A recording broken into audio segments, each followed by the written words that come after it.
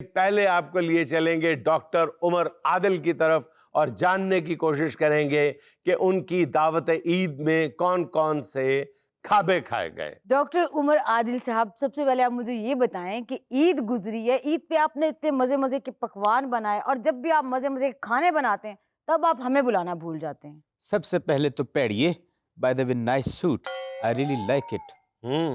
गल ऐ वे अड़िए, जेड़ियां डिशां मैं बनाइयां सन वो तू अफोर्ड ही नहीं कर सकती। और जब तुम नली में से मिख निकलवाने के लिए किसी बाबे को ढूंढती कि बाबा जी नली निकाल दो, तो ऐसा लगता है जैसे तुम ओलंपिक की मशल लेके घूम रही हो। ते तेरे वर्गी कुड़ी नली जो मिख कट दे होया, मिख ना लाले दे बूटते ते बाकी शोरा अपने सूट ते सुट लेंदी है। टूट पे शोरबा गिरते ही मुंह से बेसाख्ता निकलता है, ओ तेरा बेड़ा तर जाए। और अपना कसूर मानने के बजाय साथ वाले को कहती है कि औंतरिया अपना बूट परे करके खड़े होते। तुम्हारा बूट मेरी सारी मिख खा गया है। बहरतौर एक बात कहूं, तुम सब लोग मुझे सिक्का बंद ऑर्थोपेडिक समझते हो, लेकिन खाने पीने की दावतों में मेरे साथ एक मसला है। वो क्या? जब टकाटक बन रही होती है तो उसकी छनकार पे मैं अपने कदम रोक नहीं सकता। और जब टकाटक वाला मुझे कहता है कि डॉक्टर साहब मैं ये बंद कर दूं, मैं उसे कहता हूं नहीं खुदारा ये ना करना, बल्कि इसकी एक और लय बढ़ा दो। तो हुजूरे वाला लय तो बढ़ जाती है लेकिन टकाटक सड़ जाती है। और सुहाना बेटा, मैंने अपनी ज़ियाफत पे तुम्हें इसलिए नहीं बुलाया क्योंकि मैं एक ऑर्थोपेडिक हूं और तुम मेरी पेशेंट हो। मैं हरगिज नहीं चाहता था कि तुम्हारी नज़र में मेरा ऑर्थोपेडिक का इमेज खराब हो। याद करो जब तुम मेरे पास फर्स्ट टाइम आई थी, तुम्हारी दोनों कोनियां जुड़ी हुई थी। इतना झूठ! आपकी कोनियां जुड़ जानी है। बहरतौर ये वाकई जुड़ गई है। डॉक्टर साहब गिट्टे जोड़ के झूठ तो सुना था, कोनियां जोड़ के झूठ पहली बार आपसे सुनेंगे। अच्छा फिर डॉक्टर साहब ये बता दें कि आपकी ज़ियाफत पे आने का क्राइटेरिया क्या है? बहुत मुश्किल सवाल है और बहुत मुश्किल सफर होगा। मेरी ज़ियाफत में आना आसान नहीं, उसकी कुछ रिक्वायरमेंट्स हैं। क्या रिक्वायरमेंट्स है? सबसे पहले तो उर्दू बोलने का सलीका आना चाहिए। और दूसरा? उर्दू निभाने का सलीका आना चाहिए। वो तो आपने बोल दिया। अड़िए, बोलने में और निभाने में बहुत फर्क होता है। अब अड़िए को ले लो, कितना वसी और अरीज अड़िए है। इस एक लफ्ज में जुनैद साहब गौर कीजिएगा कि इस एक लफ्ज में मतालिब मफाहिम की पूरी दुनिया एक जहां आबाद है। और एक बात और बताता चलूं, बहरतौर मफाहिम का मैं आपको बताऊं, मफाहिम अफीम की जमा है। मतालब व मफाहिम का ऐसा मतलब कभी नहीं सुना हमने। खुद दिल पे हाथ रख के बताएं, अभी आपने थोड़ी देर पहले ये दोनों लफ्ज मुझे नहीं बताए। ये तो आपके असातिज़ा ने भी आपको नहीं बताए होंगे जो आपने मुझे बताए हैं।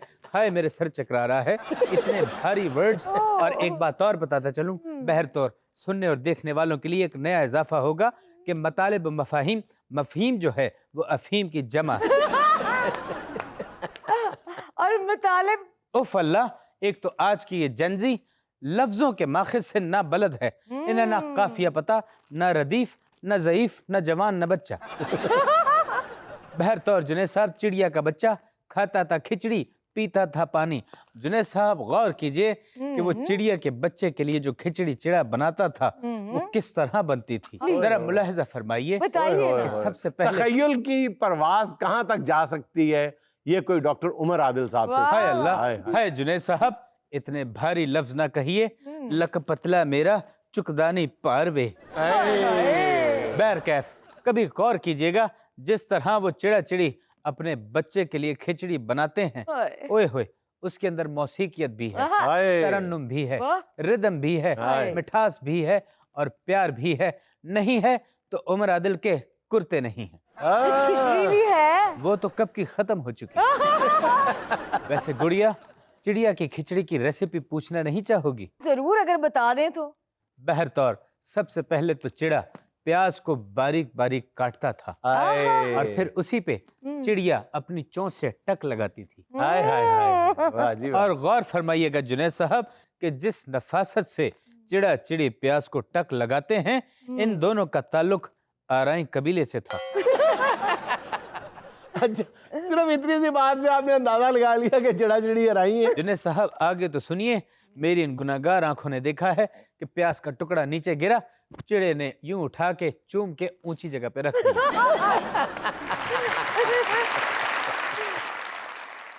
बहरकैफ अच्छा ये बताइए डॉक्टर साहब, चले ये तो ज़ियाफत थी ईद की, हाँ। बसंत पे भी आपने हमें याद नहीं किया। बे अड़िया, मैंने तुम्हें 3 दफा फोन किया लेकिन तुमने उठाया नहीं।